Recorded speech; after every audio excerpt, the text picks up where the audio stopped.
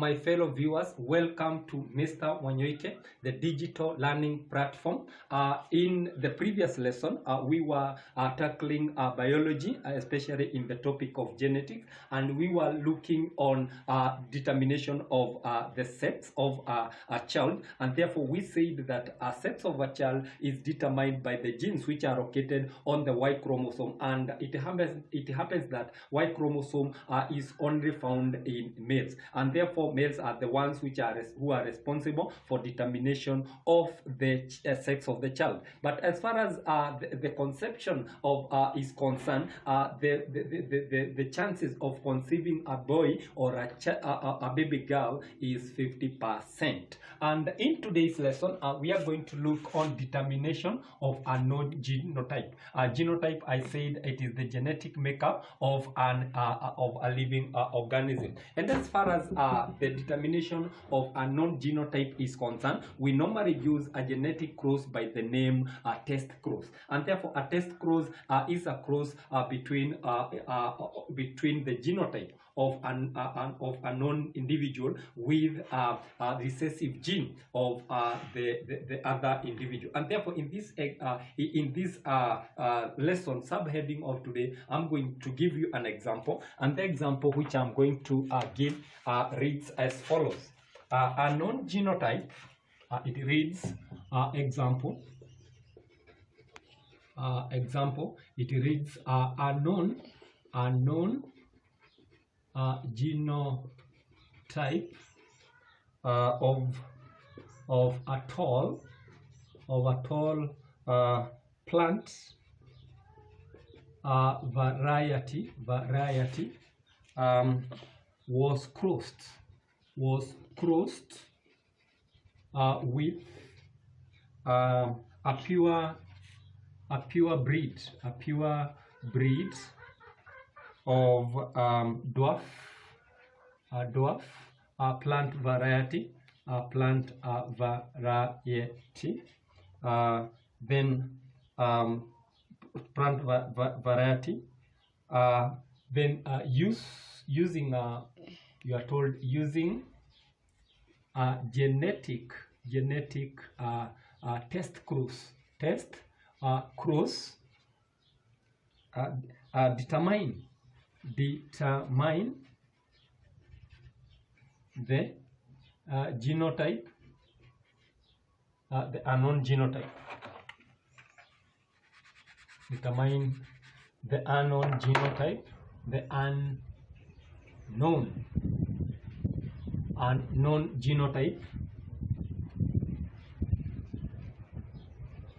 given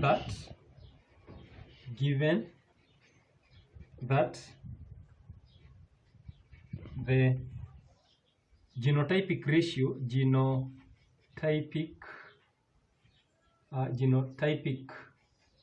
ratio of F1 generation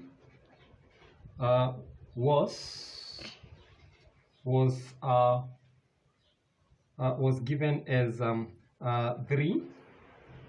The answer was given as 3 tall plants. It was given as one tall plant. The ratio was 1 was given as like this. The genotype of the F1 generation was given as like this. That it was given like that. And therefore, as far as this genotype of the F1 generation, it was given as 4 offspring head, a capital T and a small t. And therefore, there are 2 possibilities of the genotype in this example, as I discussed in the previous lesson. And the first possibility is having the parental genotype. Genotype being what? Being parental genotype being either T, represented by 2 T's in homozygous condition, or a capital T and a recessive gene, that is heterozygous condition, that is a dominant and a recessive gene. And therefore, there is a possibility of the unknown genotype being 2 capital T's or a capital T and a recessive gene, that small t. And how do we prove whether it is the allelic gene is in homozygous condition state of 2 dominant gene, or is it in heterozygous condition of a dominant gene combined with a recessive gene? And the solution to it, we will come up with the test number 1. And as far as the test number 1 is concerned, we will assume that the first test is T, small t, and therefore that is a known genotype. And therefore, I can write the phenotype on one side, the phenotypic, the parental phenotype, phenotype, and I can say that we have a tall, and also I have I have a tall, and also the other one is tall.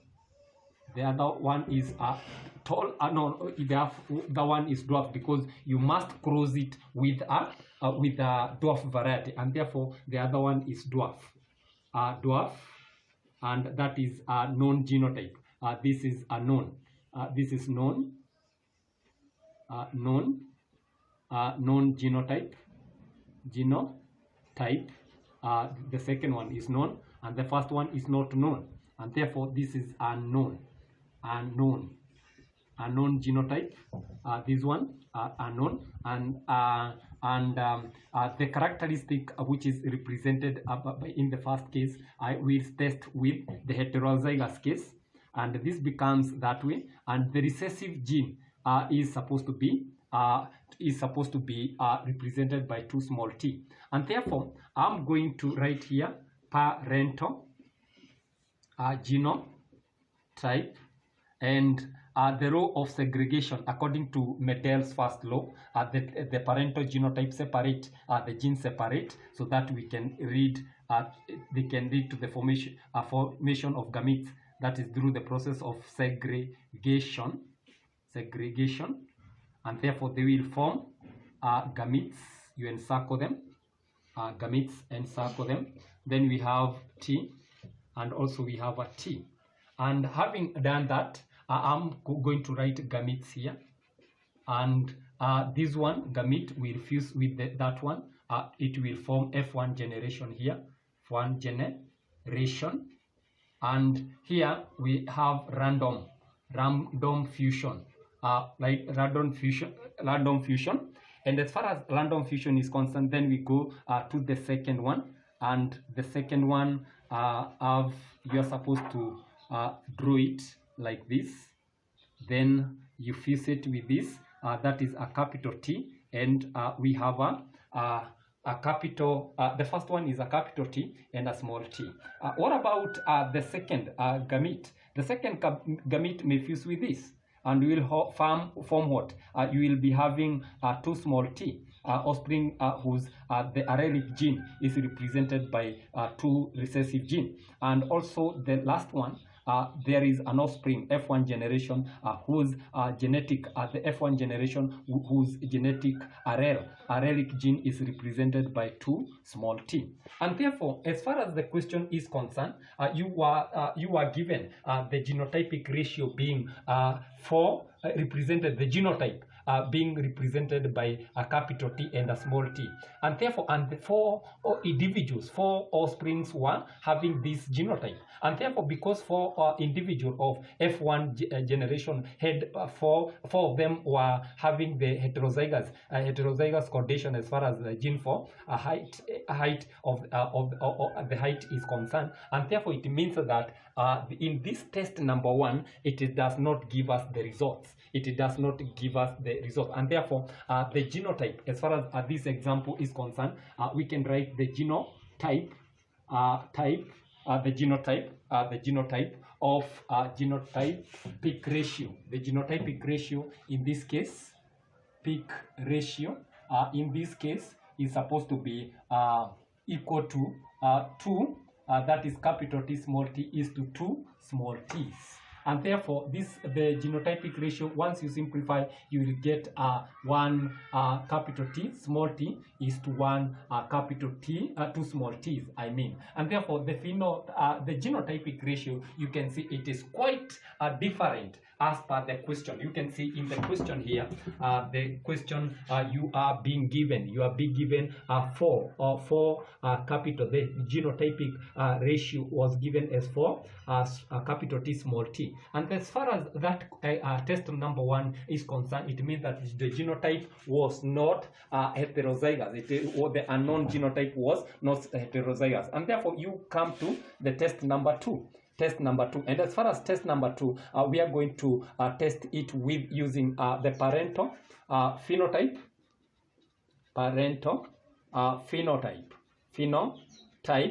and in this case, I'm going to use the unknown genotype being what? This is tall. It is phenotype is tall, but it is supposed to, and the other one, I cross it with a dwarf plant. It is crossed by tall plant here. That is the parental phenotype. This is unknown parental